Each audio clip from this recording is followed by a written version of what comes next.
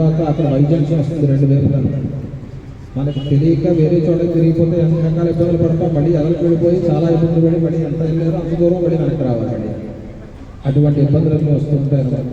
ఆ ఇబ్బందులు రాకుండా ఉండాలంటే మన జీవితంలో కూడా ఏం చేయాలి, భగవంతుని అంటే ఆధ్యాత్మిక మార్గాన్ని ఎప్పుడు కూడా విడిచిపెట్టకూడదు.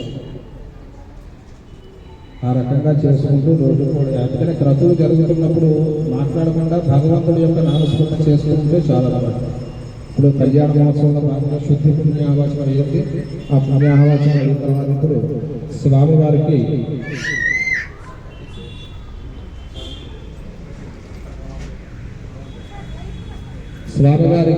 చక్కగా కళ్యాణ మహోత్సవం అంటే ఆయన చక్కగా వయసు పూర్తయి కళ్యాణానికి ఏర్పాటు వచ్చాడు.